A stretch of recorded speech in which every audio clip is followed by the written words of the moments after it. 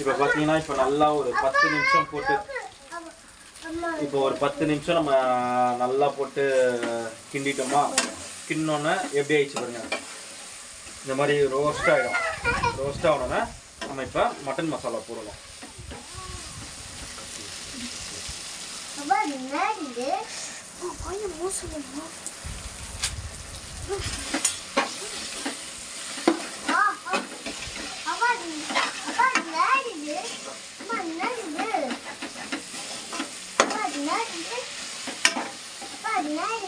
இப்போ ஒரு 2 spoon mutton masala, நம்ம கையில் அரைச்ச மசாலா தான் இது. ஸோ இது நம்ம கையில் அரைச்சி போட்டால் இன்னும் நல்லா டேஸ்ட்டாக இருக்கும். ஐயோ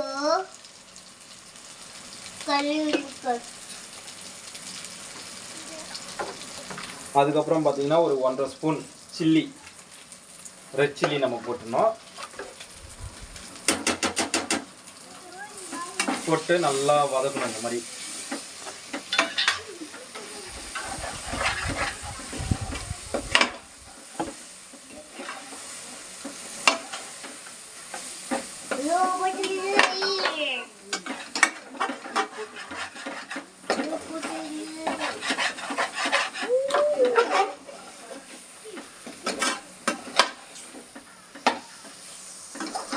இப்போ என்ன பண்ணோன்னா ஒரு 2 நிமிஷம் இந்த மாதிரி வதக்கிடணும். வதக்கினீங்கன்னு பார்த்தீங்கன்னு வச்சுக்கோங்க, அந்த சில்லியோட ஸ்மெல் வந்து போயிடும்.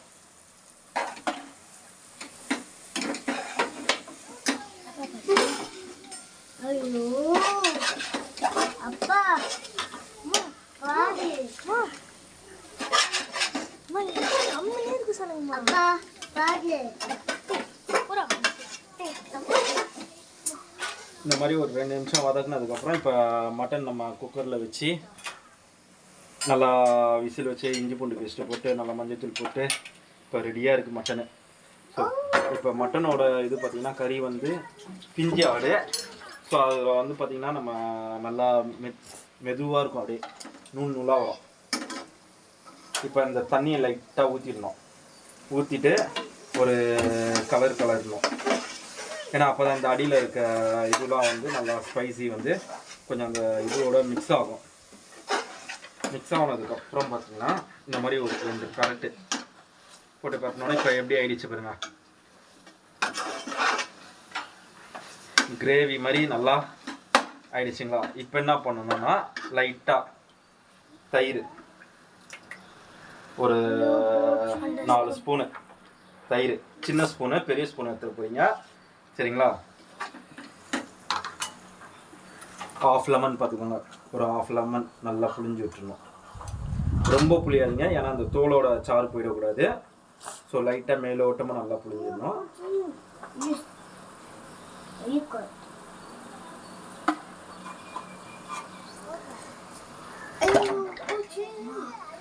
இப்போ நல்லா கலரிடணும்.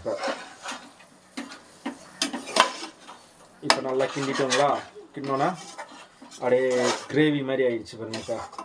பார்க்கவே இப்போவே எனக்கு வாய் வருது வேற, ஏன்னா ஸ்மெல் அப்படி வருது நல்லா. ஏன்னா கையில் அரைச்ச மசாலா இது பார்த்தீங்கன்னா கையில் அரைச்ச மசாலா, இது மட்டன் மசாலா. ஸோ அதனால எப்படின்னா நல்லா ஸ்மெல்லு வருது. இப்போயே எனக்கு பரட்டி போட்டு அப்படியே சாப்பிடணும் போல வேற தோணுது. இருந்தாலும் என்னை நான் கட்டுப்படுத்திக்கிறேன். இப்போ இந்த மாதிரி ஆயிடுச்சுங்களா. ஒரு 2 நிமிஷம் இந்த மாதிரி பரட்டிட்டோமா. இப்போ என்ன பண்ணோன்னா நம்ம குக்கரில் வச்ச மட்டனை வந்து இப்போ இதில் போட்டுடணும்.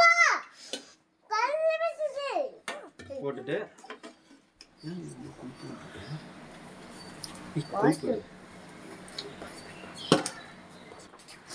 இப்போ நம்ம மட்டனை குக்கரில் போட்டாச்சு. ஸோ கிரேவியோட நல்லா கலரணும். இப்போ வந்து கொஞ்சம் சிம்மில் வச்சுருந்ததை கொஞ்சம் ஃபாஸ்ட்டாக வைக்கிறோம். ஏன்னா கொஞ்சம் அந்த நம்ம குக்கரில் வச்ச நீர்லாம் இருந்துச்சு பாருங்கள், அந்த இஞ்சி பூண்டு பேஸ்ட்டு மசாலாலாம் போட்டு கொஞ்சம் தண்ணியாக இருந்துச்சு. தண்ணியாக இருந்தனால கொஞ்சம் நம்ம கொதிக்க விடணும் லைட்டாக.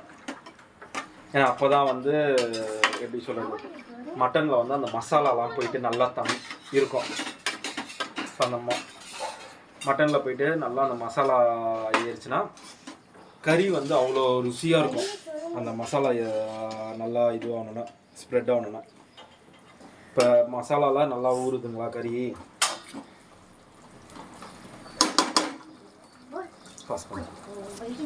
இப்போ வந்து 2 ஸ்பூன் உப்பு போடணும்.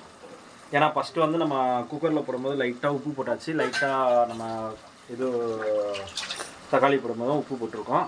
ஸோ இப்போ 2 ஸ்பூன், சின்ன ஸ்பூனு, நீங்கள் பெரிய ஸ்பூனை எடுத்து போட்டிங்கன்னா அப்புறம் நான் பொறுப்பு கிடையாது, சரிங்களா? இப்போ 2 ஸ்பூன் உப்பு போட்டாச்சா? இப்போ உப்பு இதில் ஒட்டிகிட்டு இருக்கனால லைட்டாக வாட்டர் மிக்ஸ் பண்ணி போட்டுட்டோம். இப்போ நல்லா கொதி வந்துருச்சு. இப்போவே எனக்கு ரொம்ப அப்படியே எப்படி சொல்கிறது, ஸ்மெல்லு நல்லா இருக்குது. செய்யும்போதே எல்லாருக்கும் வாய் ஊறும், கொஞ்சம் பொறுத்துக்கோங்க. நீங்களும் வீட்டில் ட்ரை பண்ணுங்கள் நான் சொன்ன மாதிரி.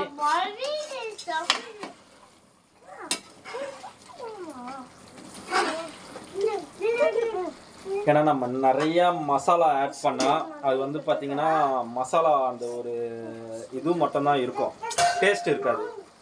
இது வந்து மசாலா நம்ம கம்மியாக, வெறும் ஜஸ்ட்டு மட்டன் மசாலா அந்த கரம் மசாலா எல்லாமே கலந்து நம்ம போட்டிருக்கோம். ஏன்னா நம்ம அரைச்சனால எல்லாமே மிக்ஸ் பண்ணி போட்டிருக்கனால அது ஒரு 2 ஸ்பூன் நம்ம போட்டிருக்கோம், சரிங்களா, பெரிய ஸ்பூனு. ஸோ அப்போ வந்து எப்படி இருக்கும்னா வீட்டில் அரைச்சனால நல்லா ஒரு ருசியாக இருக்கும், சாப்பிட்றதுக்கும் ஹெல்த்தியாக இருக்கும். இப்போ வந்து என்ன பண்ணோன்னா நம்ம 1 கிளாஸ் தண்ணி, இப்போ ஃபஸ்ட்டு கிளாஸ் நம்ம தண்ணி ஊற்றுறோம். 1 கிளாஸ் தண்ணி ஊற்றிட்டோமா, இன்னும் நம்ம 3 கிளாஸ் தண்ணி ஊற்றணும்.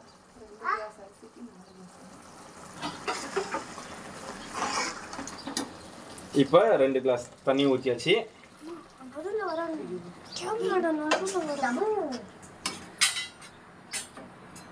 3வது கிளாஸ் தண்ணி ஊற்றுறோம்.